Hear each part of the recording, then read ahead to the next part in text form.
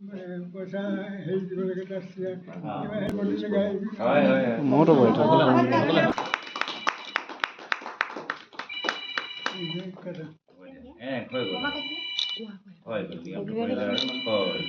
আজি মই আমাৰ অসমৰ লগতে গোলাঘাটৰ বিশিষ্ট সমাজসেৱক জ্যেষ্ঠ নাগৰিক আৰু বিভিন্ন সামাজিক অনুষ্ঠানৰ লগত জড়িত হৈ থকা মাননীয় অপূৰ্ব বৰুৱা দেৱছৰৰ ঘৰলৈ আহি তেখেতৰ আজি জন্মদিন শুভেচ্ছা জ্ঞাপন কৰিবলৈ আমি সকলোৱে ইয়াত একত্ৰিত হৈছোঁ।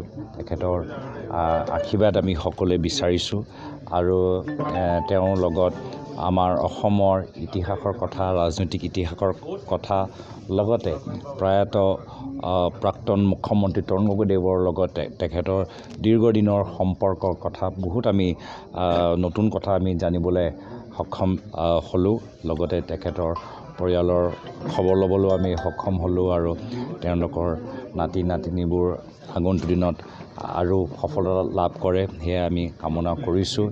আৰু যিদৰে তেওঁ আমাৰ সমাজৰ মাজত আমাক সকলোকে পৰামৰ্শ দি গৈ আছে, পৰৱৰ্তী সময়তো আমাৰ লগৰ মাজত থাকি আমাক সুপৰামৰ্শ দি থাকক সেয়া আমি কামনা কৰিবলৈ আহিছোঁ। আৰু সঁচাকৈ এটা ভাল পৰিৱেশ, এটা সুস্থ পৰিৱেশ আৰু সকলোকে পুনৰবাৰ লগ পায় আৰু পুৰণা কিছু কথাবোৰ যিখিনি কথা এতিয়াও তেওঁৰ স্মৃতিশক্তি ইমান ভাল যে মোৰ প্ৰয়াত পিতৃৰ প্ৰথম নিৰ্বাচনৰ গোটেইবোৰ কথা তেওঁ দোহাৰিলে আৰু ক'ৰবাত তেওঁ কথা কওঁতে তেওঁ ক'লে যে যোৰহাটৰ পৰা যেতিয়া প্ৰয়াত তৰুণ গগৈদেৱ যেতিয়া প্ৰথমবাৰৰ বাবে যেতিয়া নিৰ্বাচনত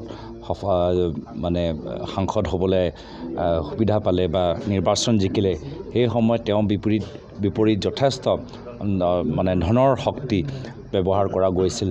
আৰু সেই সময়ত আমি সেইটোৱে ক'লোঁ যে এইবাৰ যোৰহাটৰ যোৱা লোকসভা নিৰ্বাচনতো আমাৰ একেহে অনুভৱ যে আমাৰ বিপৰীত যথেষ্ট ধনৰ শক্তি ব্যৱহাৰ কৰা গৈছিল। কিন্তু আমি সদায় ৰাইজৰ মাজত থাকিম, ৰাইজৰ কামখিনি আমি কৰি যাম আৰু ৰাইজৰ পৰামৰ্শ অনুসৰি অসমত আগন্তুক দিনত এটা ভাল পৰিৱেশ আনিবলৈ অৰ্থনৈতিকভাৱে, সামাজিকভাৱে, সাংস্কৃতিকভাৱে আমি আনিবলৈ চেষ্টা কৰিম আৰু আশা কৰোঁ যে পৰৱৰ্তী সময়ত ৰাইজে আমাক আৰু শক্তি প্ৰদান কৰিব আৰু পুনৰবাৰ আমাৰ চবৰ ফালৰ পৰা আমি তেওঁক আন্তৰিক মৰম আৰু শ্ৰদ্ধা নিবেদন কৰিছোঁ। তেখেতৰ কিমান সংখ্যক জন্মদিন নিশ্চয় অৱগত হৈছে আপুনি?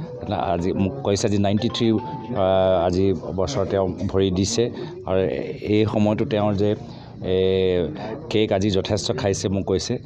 আজি মিঠা তেওঁৰ খাই ভাল পায় আৰু সেইকাৰণে মই ভাল পাইছোঁ যে আজি তেওঁ ইমান ভালদৰে আমালোকৰ মাজত আছে।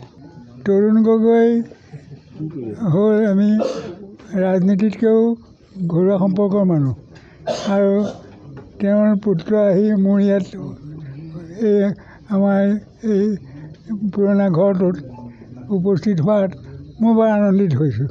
কাৰণ আপোনাৰ তেওঁক খালি কৈছোঁ যে আমাৰ তেজত কংগ্ৰেছ আছে, গতিকে এই তেজ যাতে আপোনাৰ স্খলিত কৰিবলৈ নোৱাৰে লোভৰ কাৰণে, আৰু কংগ্ৰেছৰ যি কৰ্তব্য সেইখিনি যাতে কৰি যায়।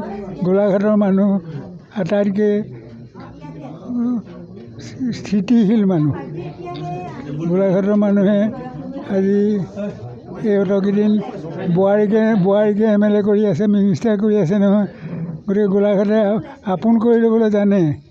এতিয়া সেই কংগ্ৰেছক আপোন কৰি ল'বলৈ মই আহ্বান জনাইছোঁ। ধন্যবাদ। যিকোনো খবৰৰ বাবে যোগাযোগ কৰক 7099017330 লগতে 7099017110 নম্বৰত।